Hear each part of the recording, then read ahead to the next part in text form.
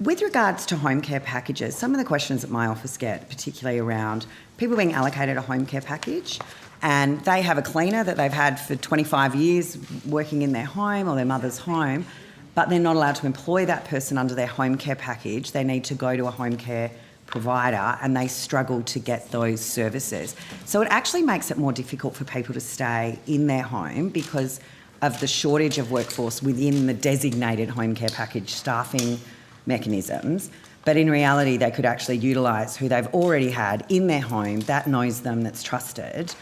Are we doing anything to look at being able to move those people in and out of the workforce, whether it's under the home care package or acknowledging, similar to an NDIS plan, a little choice and control of who you employ?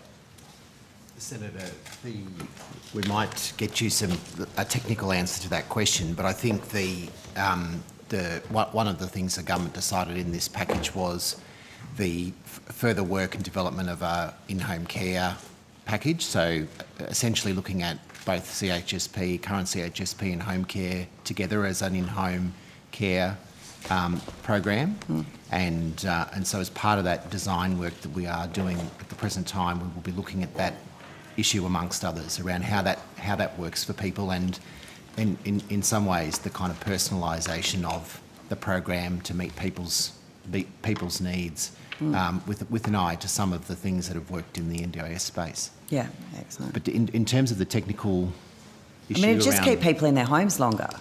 That's right. So Senator, there are two elements to the expansion of home care. One is the additional packages that are being provided, the 80,000 packages over 2 years. But while that process is being undertaken, the government's indicated that it's looking to completely reform the delivery of care at home. So that will be require the redesign of the care at home system, how the interaction between CHSP, Commonwealth Home Support Program, and home care packages operates, and how we bring those two things together.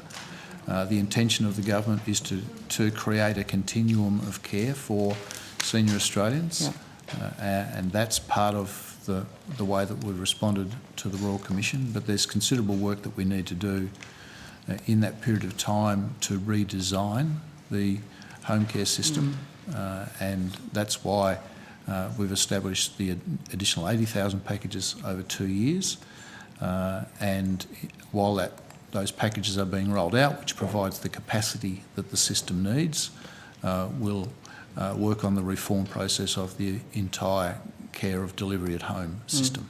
Because we know in NDIS, if you're an approved provider, they charge the full ticket price that the NDIS sets. Whereas if you self-manage or use a plan manager, you can go and use a sole provider and get 3 times the volume of hours. So it would seem to me a sensible solution to both increase the workforce but also increase the bang for buck. Well, Senator, the systems are different in the home care space and the CHSP space to what they are in NDIS. There are a number of different regulatory platforms that operate across them. We're considering the option to bring some of those together to reduce the cost of some providers to operate. For example, in regional areas, there are some providers who are doing CHSP, they're doing home care, they're doing NDIS, and they're doing veterans care. So some of the foundational type frameworks that support that, registration of workforce, for example, if we make those common across all of those various platforms, that reduces the cost of compliance for providers, and as the primary funder of most of those schemes, that has an implication for us in the context of getting more of the taxpayer dollar going towards the provision of care rather than overhead costs for the provision of services, and that they are the sorts of things that we're concerned about and we're looking at in the reform of the way that we deliver the systems. Right. Thank you, Chair.